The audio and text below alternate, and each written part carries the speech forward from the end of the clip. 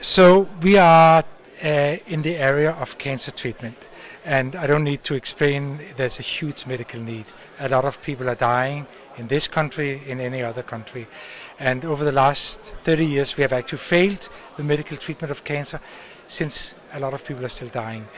So what we have or are focusing on is a specific part of cancer progression, which is called the metastasizing process, where the cancer cells are spreading from the primary tumor to other organs, liver, lungs, brain, bones, and so on.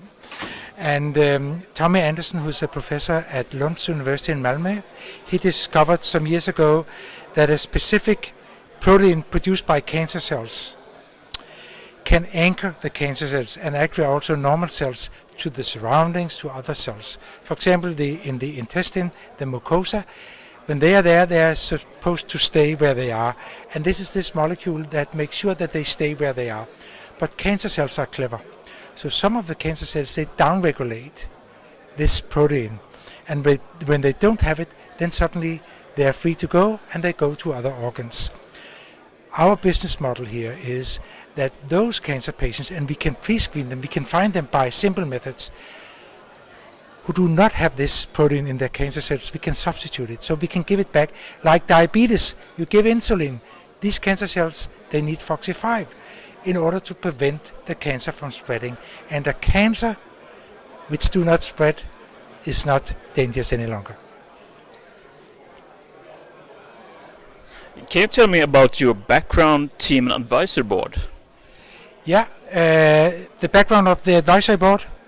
Yeah, so we have a clinical advisory board, and this is put together by Scandinavian professors in cancer from Norway, Sweden, and Denmark that I gathered, and we had a long discussions about the ongoing phase 1, but we couldn't change that anyway. But how do we proceed in the phase 2? And we got very, very good suggestions.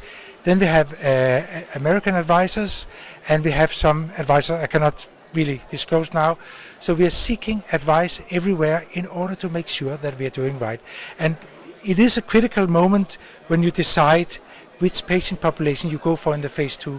Remember that the phase 2 is your chance to prove the efficacy of your drug. This way you really prove that it works. In the phase 1 it's toxicity, but phase 2 this is important. So if you choose the wrong patient population, this is not good. So we are spending a lot of time, and we're not totally done yet, but I think we know where we are going to select the right patients for this treatment.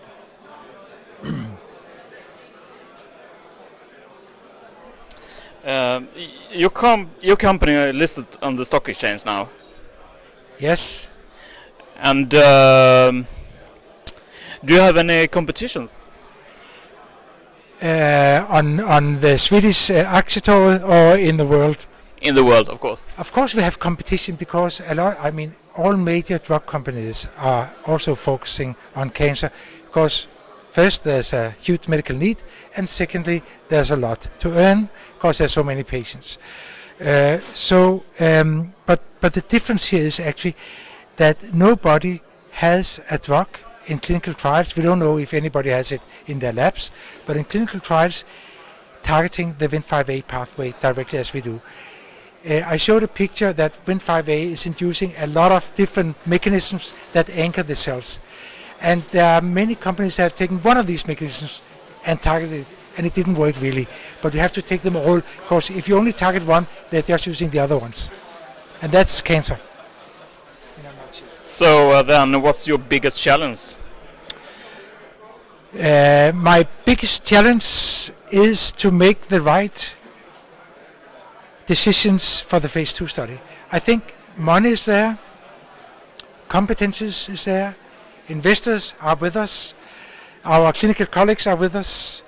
It's the right target, it works in all the models we have tested it, but we have also seen before that if you test it in the wrong patient population, you don't see the effect. I think this is my greatest challenge now. So why should I invest in your company?